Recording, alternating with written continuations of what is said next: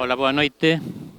Benvidos a todos a este marco incomparable. Temos hoxe o grupo Solo Voces que acompañará as explicacións de Celso Rodríguez Cao. En este solar en el que estamos hoy podemos apreciar un edificio que es sede del Vicerrectorado de la Universidad de Santiago de Compostela en su campus de Lugo.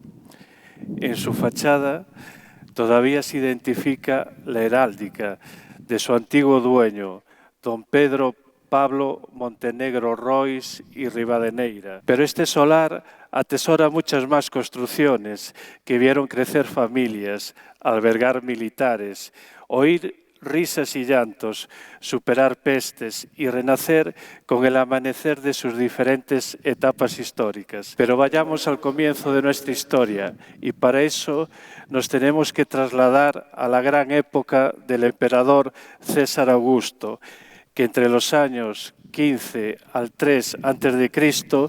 y después de las guerras cántabras, proyectó la construcción de varias ciudades en el noroeste de Hispania, entre otras, y después de su fundación oficial y tras la ceremonia religiosa, se acordó que nuestra ciudad recibiera el nombre de Lucus y en nombre del emperador Augusti. Gracias a la arqueología y a partir de los restos cerámicos, numismáticos y epigrafía, sabemos que la primera construcción en nuestro solar se realizó en este primer momento de la fundación de la ciudad, pero tienen que pasar varios años para que sobre esos restos se edifique una gran domus privada que va a pervivir durante los siglos II y III después de Cristo.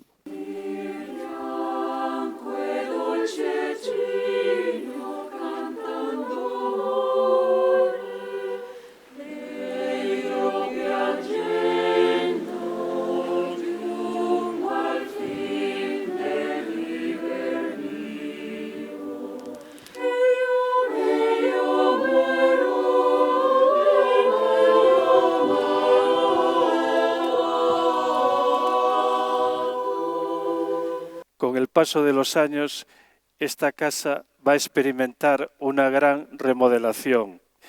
El objetivo de este nuevo diseño viene motivado por la necesidad de albergar en esta domus la Statio Lucensis, u oficina de recaudación tributaria coincidiendo con el reinado del emperador Caracalla.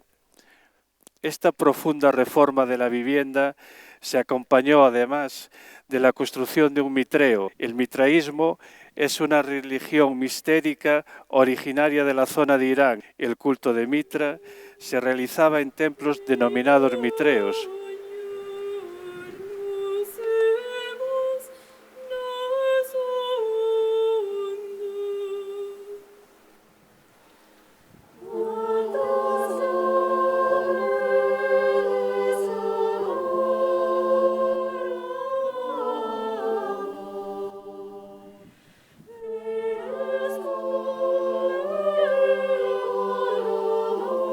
A partir del año 270 después de Cristo, asistimos a la construcción del sistema defensivo que cercó a la ciudad de Lucus Augusti, compuesto por muralla, foso e intervalum, que causó la expropiación y la destrucción de esta casa. El solar se va acondicionando para vivir una nueva época, la medieval.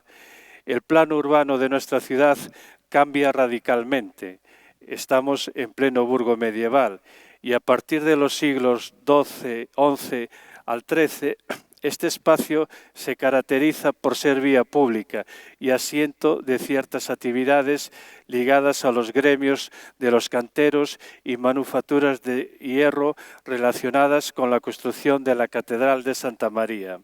En esta época medieval e inicios de la Edad Moderna, viene marcado por la aparición de un nuevo instrumento de cuerda, la zanfona, que se hizo muy popular, siendo utilizada tanto en la música religiosa como en la profana, compañera junto con el canto coral de nuestro recorrido histórico.